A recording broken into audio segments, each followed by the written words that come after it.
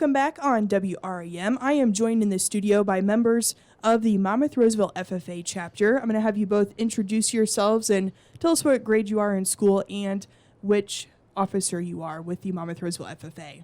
I'm Mallory Corzatt. I'm a sophomore, and I'm the reporter. I'm Luke Armentrout. I'm a sophomore, and I am the treasurer. All right. Well, thank you both for joining us here today. Here in FFA Week. We're celebrating FFA here on WREM. So we'll start with, how's your FFA year gone so far? Any highlights up to date? I'll have you both have a stab at that question. This FFA years went pretty well. The highlights are definitely, one of my favorite things was being able to ask the people who went to National Convention about their time and how much they enjoyed it, because I went last year and I had a lot of fun, so I wanted to make sure that they had fun too. Good deal. Yeah, it's been a good year. Ag leadership is one of our classes that we have a lot of fun in. And then we have judging contests coming up that I'll go to a lot of those, and it'll be fun. So a lot of upcoming events, including Parley Pro, that we'll both be competing. Tell me a little bit more about that competition that's coming up. So the judging contest, so it's 4 species: swine, cattle, sheep, and goats. And then it's a pen of 4 of animals. And then we'll judge them on like their characteristics, traits, stuff like that. And then you place them. And there's this actually tomorrow I'll be going to Illinois Beef Expo in Springfield, Illinois. So I'll be competing there. That's just cattle. So it's a variety. There's a lot in Illinois that we'll compete at, but yeah. Any upcoming competitions for you want to highlight? Mallory already said it, but we're going to be doing Parley Pro, and I'm really excited for that. Very good. So why did each of you join FFA? So I live on a farm, and I have a lot of sheep. So not only like my older siblings got me into it, but I do my record book for sheep, so that's really fun. So that's a lot of the main reason for it. For me, I never really knew a whole lot about agriculture, and then when I was a freshman and joined Intro to Ag, I really enjoyed learning about it, so I wanted to join FFA to learn more about agriculture. That's a good point right there. It's not always just about ag and having the ag kids in it. You want to get more involved and learn more about the industry like you mentioned. What's a way you can get more younger classmen involved in FFA?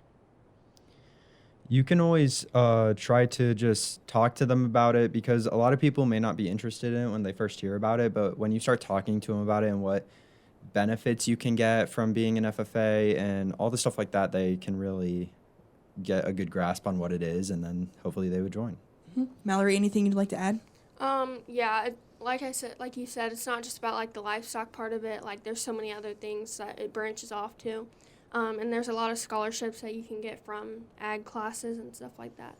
Yes, I know you're both only sophomores, but how has FFA so far impacted like future decisions that you'll have here coming up?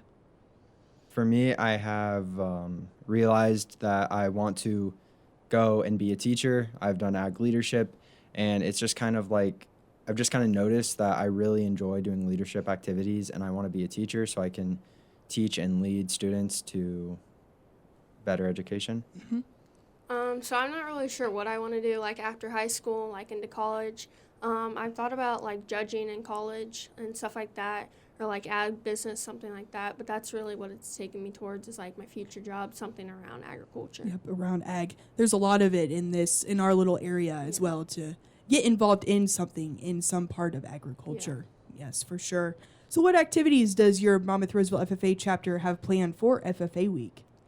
So we have our alumni auction, which is Wednesday, February 25th at the Monmouth American Legion. Dinner's at 6 and the auction's at 6:30. We have that every year, and it's really fun just to go and see all the kids that have done hard work over that year. So I know you mentioned a couple of competitions you've got coming up. Anything else in the foreseeable future for the Monmouth-Roseville FFA? There's the Parley Pro.